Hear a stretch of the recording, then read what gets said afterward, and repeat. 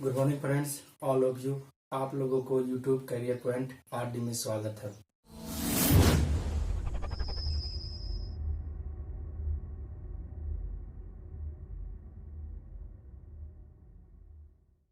हम अभी भारत के भौतिक स्वरूप के बारे में जानकारी प्राप्त कर रहे हैं, जिसमें भारत के भौतिक स्वरूप को 6 भागों में बांटा गया था। उसमें अभी तक हम उत्तरी पर्वतीय क्षेत्र, भारत का बृहद मैदान और भारत के मरुस्थलीय क्षेत्र की बारे में जानकारी प्राप्त कर चुके हैं। आज हम लोग भारत के प्रायद्वीपीय पठार के बारे में जानकारी प्राप्त करेंगे। तो चलिए देखते हैं भारत के प्रायद्वीपीय पठार के बारे में आखिर यह क्या है। प्रायद्वीपीय भारत का पठार। प्रायद्वीपीय भारत का पठार में अनेक पठार पाए जाते हैं। यानी कौन कौन से पठार प्रायद्वीपीय भारत पठार में पाए जाते हैं वो सबसे पहले देखिए। तो देखिए यहाँ पर मेवाड़ का पठार। मेवाड़ का पठार आपका राजस्थान में स्थित है। अरावली पर्वत ये है, अरावली पर्वत। उसके बाद मालवा का पठार जो मध्य प्रदेश में है, और यही बैतूल का पठार भी है जो मध्य प्रदेश में है। बुंदेलखंड का पठार उत्तर प्रदेश में है। बुंदेलखंड का पठार कहाँ है? उत्तर प्रदेश में। देखिए उसके बाद बाघेल का पठार, ये पूछा गया है एग्जाम में कि बाघेल का पठार जो कहाँ स्थित है, ये किस राज्य में स्थित है? तो कहाँ स्थित है? मध्य प्रदेश में है बाघेल का पठार। राजमहल पहाड़ी ये भी प्रायद्वीपीय भारत का ही हिस्सा है, और यही है छोटा नागपुर का पठार। गारो खासी जयंतियां ये है मेघालय में, और ये भी है प्रायद्वीपीय भारत का ही पठार। उसके बाद देखिए शिलोंग का पठार, दंड करनाल या बस्तर का पठार, ये है छत्तीसगढ़, उड़ीसा और आंध्र प्रदेश में। ये दंड करनाल बस्तर का पठार है जो कहा छत्तीसगढ़, उड़ीसा और आंध्र प्रदेश में। रायसेन सीमा है, रायसेन सीमा है जो आपका आंध्र प्रदेश और कर्नाटक में स्थित है। उसके बाद इसे इधर पूर्वी घाट कहा जाता है, इधर पश्चिमी घाट कहा जाता है, और यहाँ पर कन्याकुमारी। और एक है तेलंगाना का पठार। देखिए ये तेलंगाना का पठार है जो आंध्र प्रदेश में स्थित है, न कि तेलंगाना राज्य में। तेलंगाना का पठार कहाँ स्थित है? आंध्र प्रदेश में। ये जरूर याद रखिएगा। अब देखिए यहाँ कर्नाटक का पठार, उसके बाद ये पश्चिमी घाट है, और दक्कन का पठार। दक्कन का पठार आपका महाराष्ट्र में है। तो चलिए हम शुरू करते हैं प्रायद्वीपीय भारत का पठार। प्रायद्वीपीय भारत का पठार जो प्राचीन गोंडवाना लैंड का हिस्सा है। अब प्राचीन गोंडवाना लैंड का हिस्सा कैसे है इसकी जानकारी हम पहले ही वीडियो में दे चुके हैं। आप भारत का भूगोल का पहला वीडियो देख लीजिएगा, उसी में गोंडवाना लैंड के बारे में बता दिया गया है। तो ये प्रायद्वीपीय भारत है, और प्रायद्वीपीय भारत का पठार जो गोंडवाना लैंड का हिस्सा है, और इसका आकार त्रिभुजाकार है। यानी प्रायद्वीपीय भारत का आकार कैसा है? त्रिभुजाकार है। देखें त्रिभुजाकार, प्रायद्वीपीय भारत का आकार त्रिभुजाकार है। प्रायद्वीपीय भारत की औसत ऊंचाई, प्रायद्वीपीय भारत की औसत ऊंचाई 600 मीटर से 900 मीटर के बीच है। यानी प्रायद्वीपीय भारत की औसत ऊंचाई 600 मीटर से 900 मीटर के बीच है। और प्रायद्वीपीय भारत की लंबाई देखिए उत्तर से दक्षिण की ओर लंबाई ये 1700 किलोमीटर है। देखिए ये 1700 किलोमीटर इसकी प्रायद्वीपीय भारत की लंबाई है। और प्रायद्वीपीय पठार का चौड़ाई भी कितनी है? 1400 किलोमीटर। और प्रायद्वीपीय भारत की चौड़ाई जो पूर्व से पश्चिम की ओर 1400 किलोमीटर है। यानी प्रायद्वीपीय भारत का आकार त्रिभुजाकार है, और इसकी लंबाई है से 1700 किलोमीटर है, और चौड़ाई कितनी है? 1400 किलोमीटर है। अब देखिए प्रायद्वीपीय भारत का विस्तार, यानी प्रायद्वीपीय भारत का विस्तार किधर है? तो प्रायद्वीपीय भारत का विस्तार या प्रायद्वीपीय पठार का विस्तार जो उत्तर पश्चिम अरावली पर्वत से, देख रहे उत्तर पश्चिम अरावली पर्वत से लेकर उत्तर पूर्व शिलोंग का पठार, उत्तर पूर्व शिलोंग का पठार से लेकर दक्षिण में कन्याकुमारी तक फैला हुआ है। प्रायद्वीपीय पठार में अनेक पठार पाए जाते हैं। यानी प्रायद्वीपीय पठार में अनेक पठार पाए जाते हैं, जिसके कारण इसे पठारों का पठार कहा जाता है। किसी प्रायद्वीपीय पठार को पठारों का पठार कहा जाता है, इसलिए क्योंकि अनेक पठार, देखिए सब पठार है, मालवा का पठार है, बुंदेलखंड का पठार है, ये प्रायद्वीपीय भारत में ही पाए जाते हैं। झारखंड के राजमहल या छोटा नागपुर पठारी जो प्रायद्वीपीय भारत का ही हिस्सा है और प्रायद्वीपीय पठार का ही हिस्सा है। उसके बाद देखिए ये गारो खासी जयंतियां ये मेघालय में स्थित है। गारो खासी जयंतियां कहाँ स्थित है? मेघालय में स्थित है और वो प्रायद्वीपीय पठार का ही भाग है, यह प्रायद्वीपीय भारत का ही भाग है। अब आगे देखते हैं हम इसमें सबसे पहले प्रायद्वीपीय पठार में आरावली पर्वत के बारे में पढ़ेंगे। किसके बारे में पढ़ेंगे? आरावली पर्वत के बारे में पढ़ेंगे। तो देखिए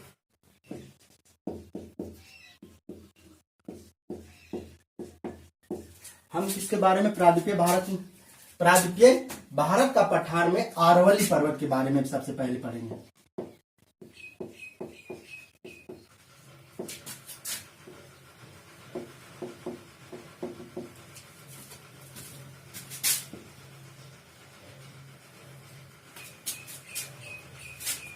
यहां भेदा है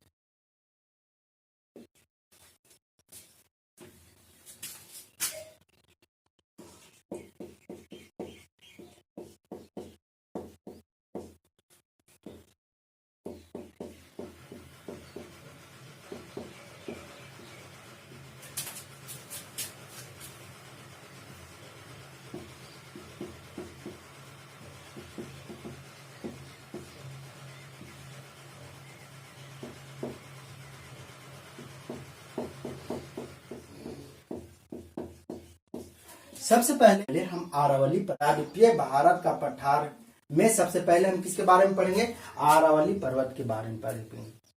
आरावली पर्वत जो भारत का सबसे प्राचीन पर्वत है और ये विश्व की सभी प्राचीन पर्वतों में से एक है। आरावली पर्वत का विस्तार पालमपुर ये गुजरात में है और आरावली पर्वत का विस्तार पालमपुर गुजरात से लेकर दिल्ली तक है और आरावली पर्वत की कुल लंबाई 800 किलोमीटर है, लेकिन इसकी सतत श्रृंखला सिर्फ गुजरात के पालमपुर से लेकर राजस्थान के अजमेर तक ही है। देखिए ये सतत श्रृंखला है आने यहाँ से यहीं तक है, अजमेर तक ही है, पालमपुर से लेकर अजमेर तक इसकी सतत श्रृंखला है। और उसके बाद अजमेर से दिल्ली तक आरावली पर्वत की बिखरी हुई पहाड़ी पाई जाती है। देखिए छोटे छोटे बिखरी हुई पहाड़ी है।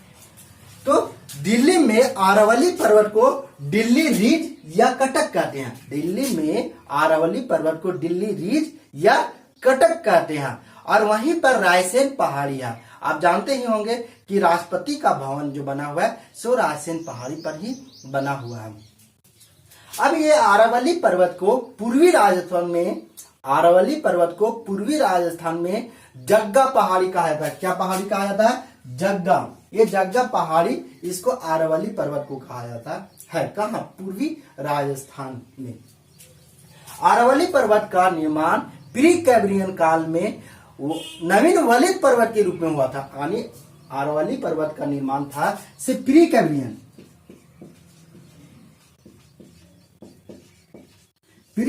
काल में वलित पर्वत के रूप में हुआ था, लेकिन वर्तमान समय में यह एक अवशिष्ट पर्वत ही रह गया है। कौन सा पर्वत रह गया? अवशिष्ट पर्वत। आने वलित पर्वत मतलब होता है कि वो उसकी ऊंचाई अभी भी बढ़ रही है, जैसे हिमालय अभी वलित पर्वत है। और अवशिष्ट पर्वत हो गया जिसकी ऊंचाई दिनों दिन घट रही है, वो अवशिष्ट पर्वत कहे जाते हैं। अब आरावली पर्वत की सबसे ऊंची शिखर यानी आरावली पर्वत की सबसे ऊंची शिखर जो माउंट माउंट आबू में आप जानते होंगे दिलवाड़ा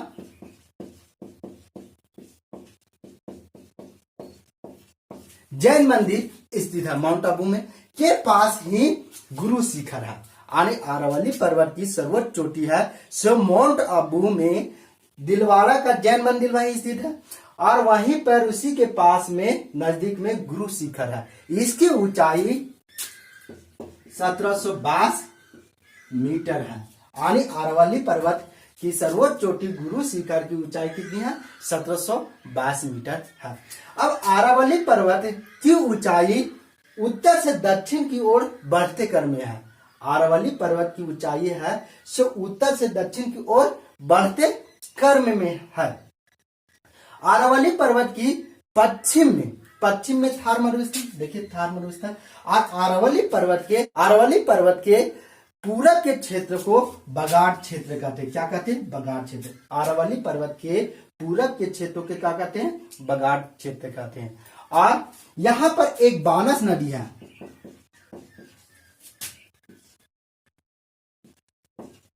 बानस नदी है सो पश्चिम की ओर प्रवाहित होती है और ये अरावली पर्वत को दो भागों में विभक्त कर देती है। यानी बानस नदी पश्चिम से पूर्व की ओर बहती है और ये चंबल नदी में मिल जाती है। अब आगे देखते हैं। हम यहां आगे देख रहे थे कि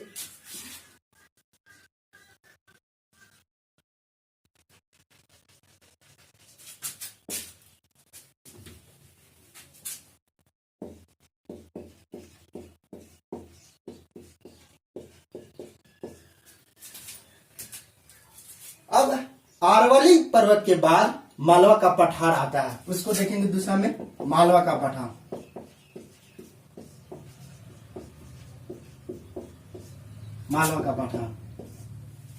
मालवा का पठार जो अरावली पर्वत के बाद ही स्थित है और यह भी प्रायद्वीपीय भारत का स्थित है भाग ही है। प्रायद्वीपीय पठार का भाग है, प्रायद्वीपीय भारत का ही भाग है। कौन? मालवा का पठार। मालवा का पठार जो इसका विस्तार मुख्य रूप से गुजरात, राजस्थान, मध्य प्रदेश में है।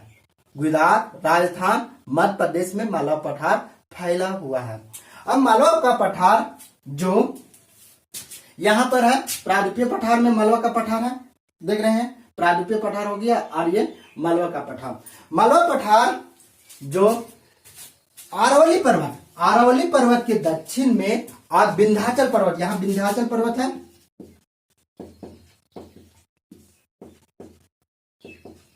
तो मालवा का पठार है अरावली पर्वत के दक्षिण में और विंध्याचल पर्वत के उत्तर में स्थित है। यानी मालवा का पठार अरावली पर्वत के दक्षिण में और विंध्याचल पर्वत के उत्तर में स्थित है। अर्थात ये भी कह सकते हैं कि अरावली पर्वत और विंध्याचल पर्वत के बीच में या मध्य में मालवा का पठार स्थित है। मालवा का पठार का निर्माण ज्वालामुखी के लावा या बेसाल्ट चट्टानों से हुआ था। यानी इसका निर्माण ज्वालामुखी फटने के कारण हुआ था या बेसाल्ट चट्टानों से हुआ था, जिसके कारण मालवा के पठार में काली मिट्टी की बहुलता पाई जाती है। यानी मालवा का पठार में कैसी मिट्टी है? काली मिट्टी है। अब देखिए मालवा के पठार में ही अनेक नदियां निकलती है मालवा पठार से, जैसे चंबल नदी, बेतवा नदी, काली सिंध नदी,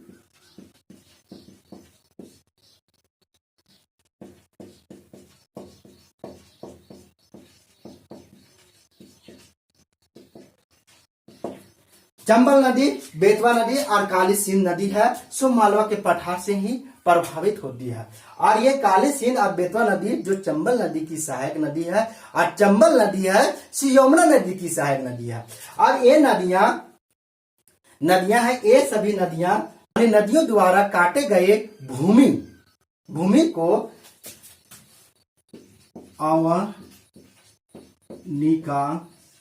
अवनिका, नाली,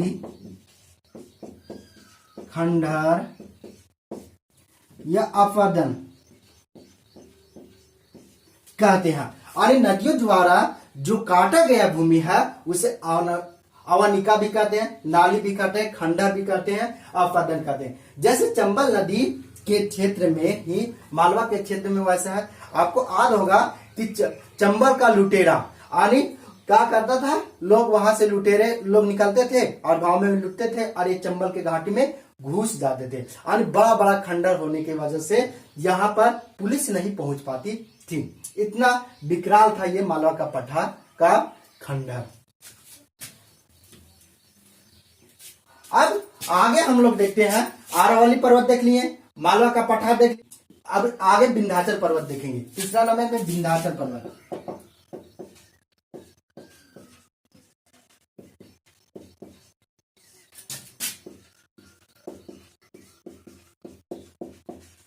और विंध्याचल पर्वत श्रेणी, विंध्याचल पर्वत श्रेणी का विस्तार है सो देखिए महाराष्ट्र, मध्य प्रदेश, उत्तर प्रदेश और बिहार में है।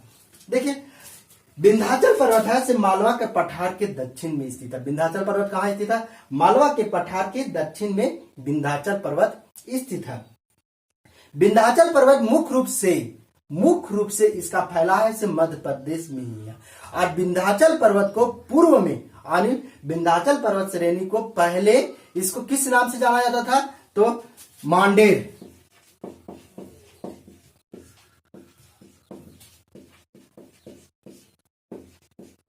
मांडेर की पहाड़ी या इसी को कैमूर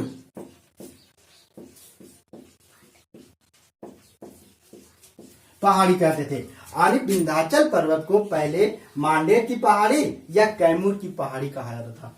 अब विंध्याचल पर्वत के दक्षिण में नर्मदा भ्रंश है। कौन है, नर्मदा भ्रंश। और उसके दक्षिण में सतपुरा पहाड़ी। देखिए यहां नर्मदा है,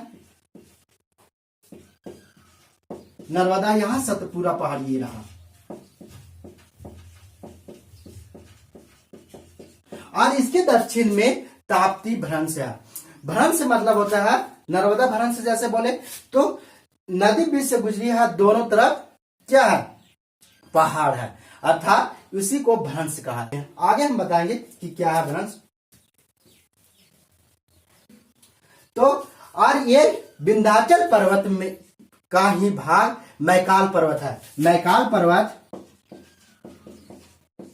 पर्वत जो विंध्याचल पर्वत का ही भाग है। और इसका जो विस्तार है सो मध्य प्रदेश और छत्तीसगढ़ की सीमा पर स्थित है ये मैकाल पर्वत। और विंध्याचल पर्वत की सर्वोच्च चोटी जो मैकाल पर्वत पर ही अमरकंटक है,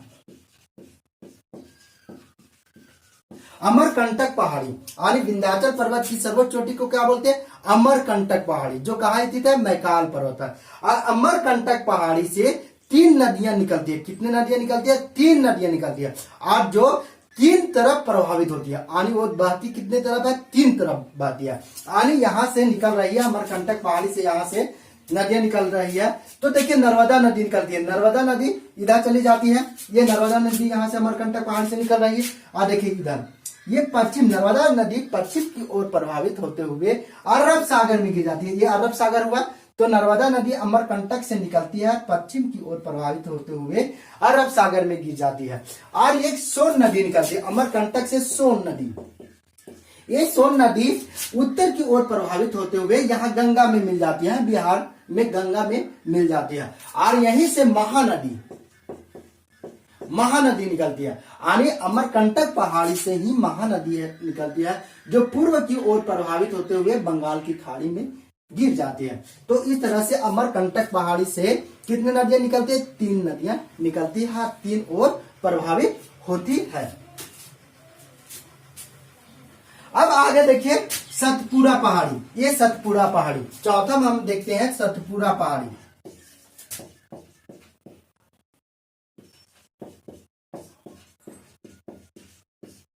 सतपुरा पहाड़ी, यानी हम प्रायद्वीपीय पठार के बारे में पढ़ रहे हैं, उसमें सतपुरा पहाड़ी, यानी प्रायद्वीपीय भारत का ही हिस्सा है सतपुरा पहाड़ी। सतपुरा पहाड़ी है जो भारत का एकमात्र, सतपुरा पहाड़ी भारत का एकमात्र ब्लॉक पर्वत है। यानी ये सतपुरा पहाड़ी है से भारत की एकमात्र ब्लॉक पर्वत है। सतपुरा पहाड़ी के उत्तर में नर्मदा भ्रंश नदी प्रभावित होती है और दक्षिण में ताप्ती भ्रंश नदी प्रभावित होती है। यानी ये ब्लॉक पर्वत उसे कहते हैं जो 2 नदियों के बीच में ऊंचा स्थान को ब्लॉक पर्वत कहते हैं।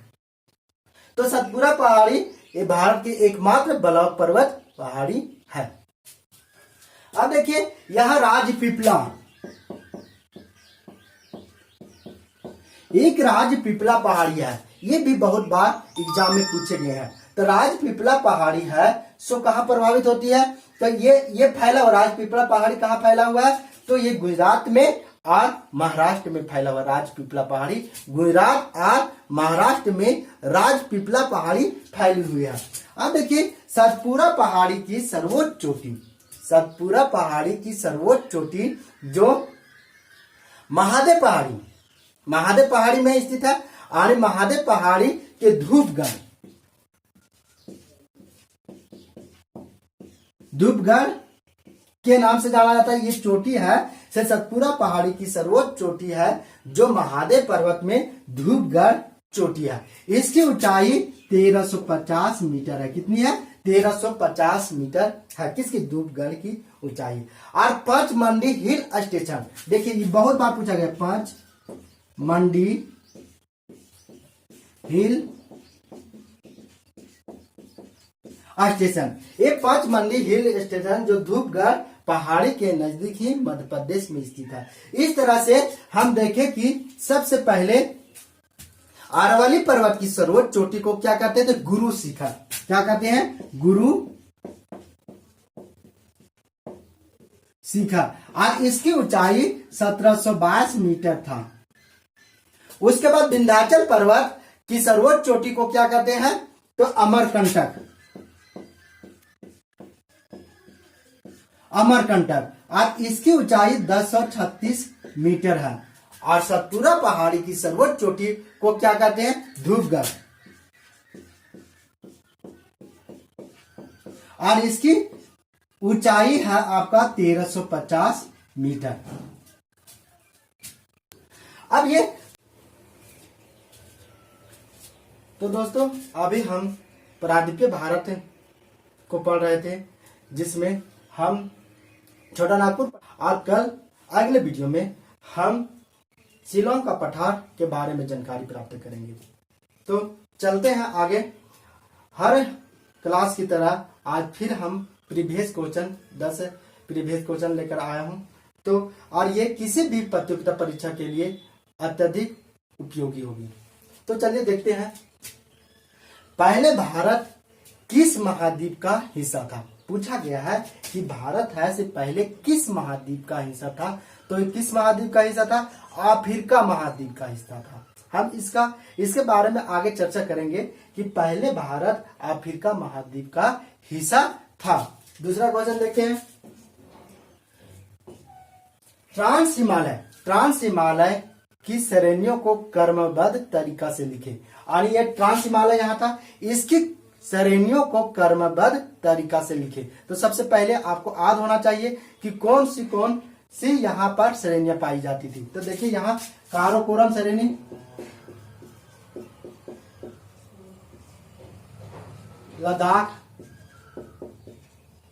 लद्दाख श्रेणी, जास्कर श्रेणी, पीर पंजाल श्रेणी,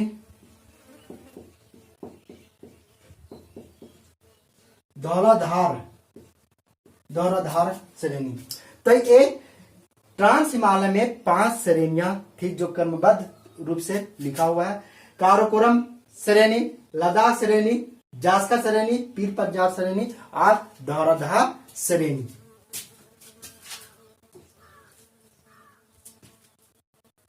अब पूछा गया है कि विश्व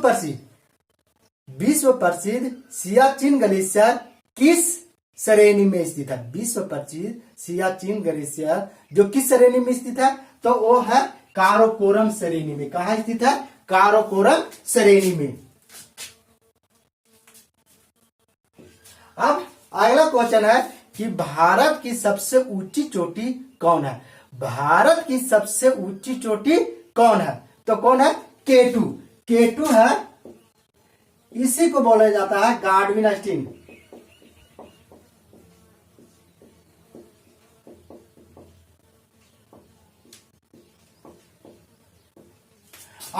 भारत की सबसे ऊंची चोटी K2 या गार्डविन अश्विन उसी को बोला जाता है।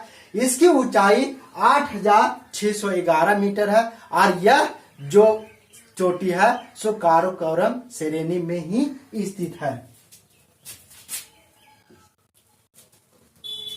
अब आगे पूछा गया ट्रांस हिमालय को बृहद हिमालय से कैसे अलग होती है। ट्रांस हिमालय बृहद हिमालय से कैसी अलग होती है। तो देखिए Indo Tsangpo सबचर zone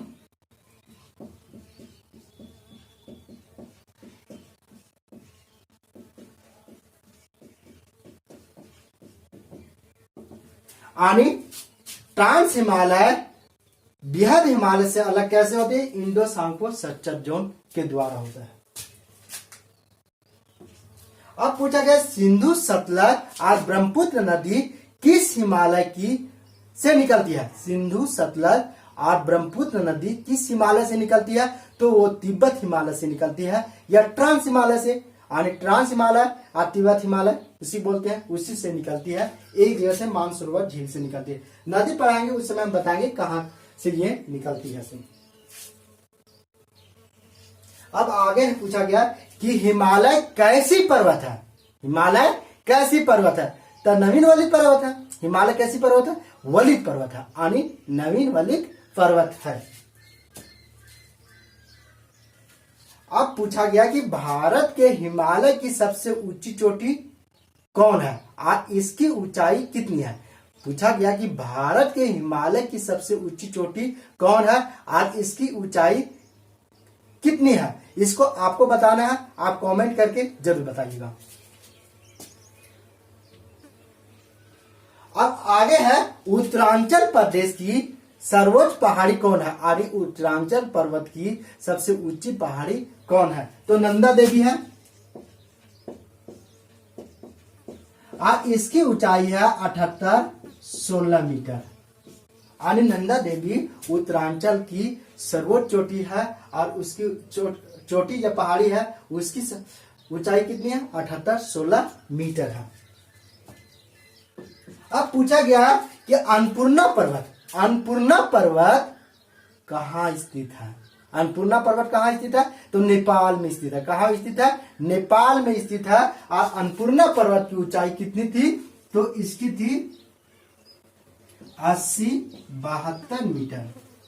thank you दोस्तों, आज यहीं तक।